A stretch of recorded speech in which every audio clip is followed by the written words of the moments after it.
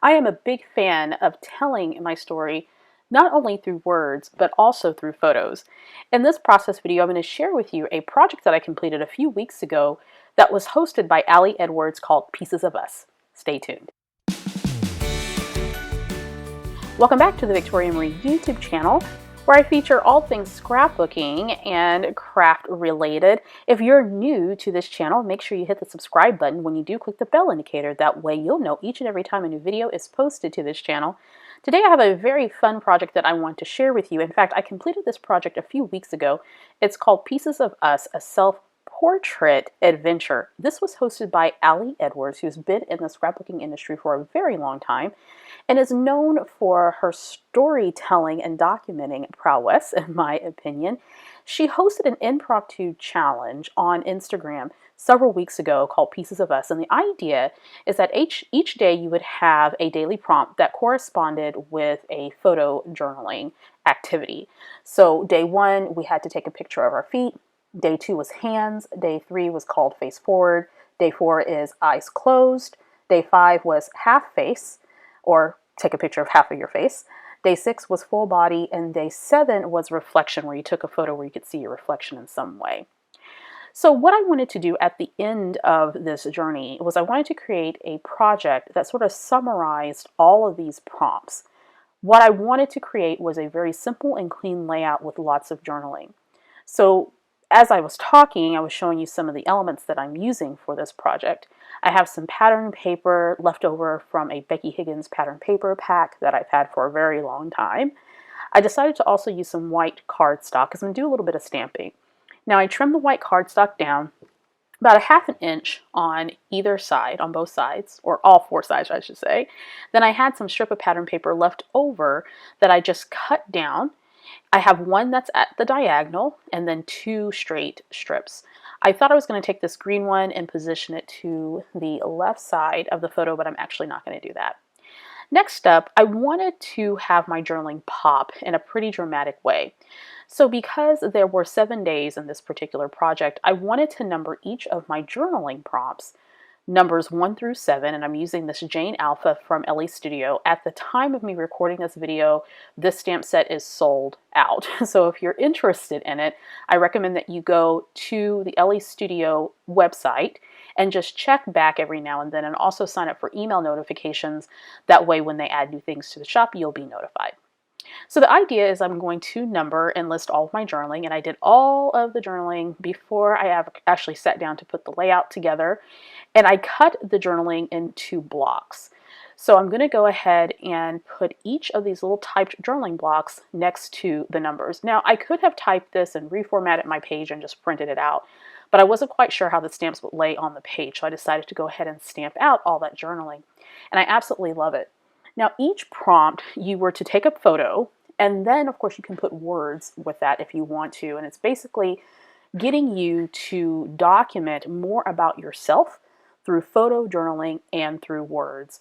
And so for example, on day 1, the prompt was to take a picture of your feet.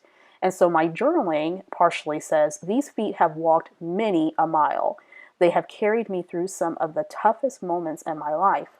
They dance during happy times. Sometimes they need to rest, but most of all, they keep me going." And most of all my journaling followed in that same vein, where the prompt corresponded with something pretty profound or reflective, I should say, in my life. So what I'm doing with this layout, again, very minimal embellishing because the journaling and the photos are the star of the show. I'm going to create the stamped numbers going down the right-hand side of the photo block, and then I'm going to add some layered clusters, I forgot what I was going to say there, to the top of the photo and then the bottom of the layout. So I'm just stamping these numbers, and I really don't have a rhyme or reason other than I want them to be in a straight vertical line that will allow me some space to adhere all of my journaling blocks. I'm using some black ink to do this. Now notice that those stamps, they come solid and they come outlined. I could do a lot of things with this outline stamp if I wanted to. I could have overlaid the solid stamp on top, and vice versa. I could have colored in the numbers as well. I decided just to leave them blank, just the way that they are.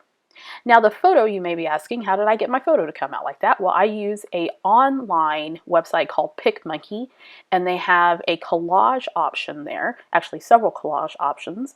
So I selected a collage, popped in my photos, and then I downloaded the collage to my computer. And to manipulate the photo to make it bigger, I brought it into my PowerPoint software, because with PowerPoint, you can obviously bring in a photo and you can change the size of it. And then I printed it out on 8.5 by 11 photo paper. Now, with the journaling, I'm going to adhere some of the journaling blocks just straight to the background, and then the other ones alternating with a little bit of foam dots. And that's just to give it some movement and some interest. Now, notice how each of the journaling prompts are numbered. I'm also going to number the photos that correspond with the journaling, so I know which photo goes to which prompt. And of course, the title of the prompt, feet, hands, face, that type of thing, are pretty obvious. But sometimes I do like to number my photos if I'm doing this type of layout where I have a listed type of journaling with multiple photos. I want to remember which photo goes with which journaling prompt. And there we go. And that's looking nice and clean. Now time to embellish. I'm going to take this old tag that I have from my stash. In fact, everything I use on here is from my stash. Nothing is new. And I'm going to go ahead and put that tag right there at the top just to add some interest. I have another little tab that I made with my We Are Memory Keepers tab punch using some of the pattern paper that was left over. I have a label that says Explore, that's from Vicki Boutin, as well as these little circles that came in the Vicki Boutin die cut pack. I forget the name of the collection that this was from. I just grabbed some stuff out of my stash. I'm going to adhere that there to the top, or actually to the bottom. And then I also have another circle there at the top. I just wanted to have another shape on this layout because it is kind of linear. Next, I'm going to add the label that says Explore, and then a smaller label that says Good Things Take Time. I think that phrase means a lot for me for this particular project because I think it does take time for us to really get comfortable with journaling about ourselves in such a reflective way. But I also think that we personally get better with time. We learn more, we know better, hopefully, right? We learn from our lessons, and hopefully we appreciate ourselves more as we age and learn more and become a little bit wiser. I'm going to add a little bit of wood veneer, so 2 stars there at the top, and then 1 at the bottom. Those are from American Crafts. And then I have a little lady down there, a little wood veneer lady. I think those were from American Crafts, and I think they call them potty people, P-O-T-T-Y. I think that's what they were called. I can't remember. I've had them in my stash for quite a while, and I went crazy over when they first came out, and so I bought lots of packages, and I still have many, many left over. That tab is actually going to be floated around the layout a little bit. I decide instead to put it at the bottom of the photo, and that's where I'm going to put the date that I or actually the year that I did this project. Now, all the participants who, of course, had Instagram accounts were able to participate in this. Allie would post a new prompt, and of course, she participated in this as well.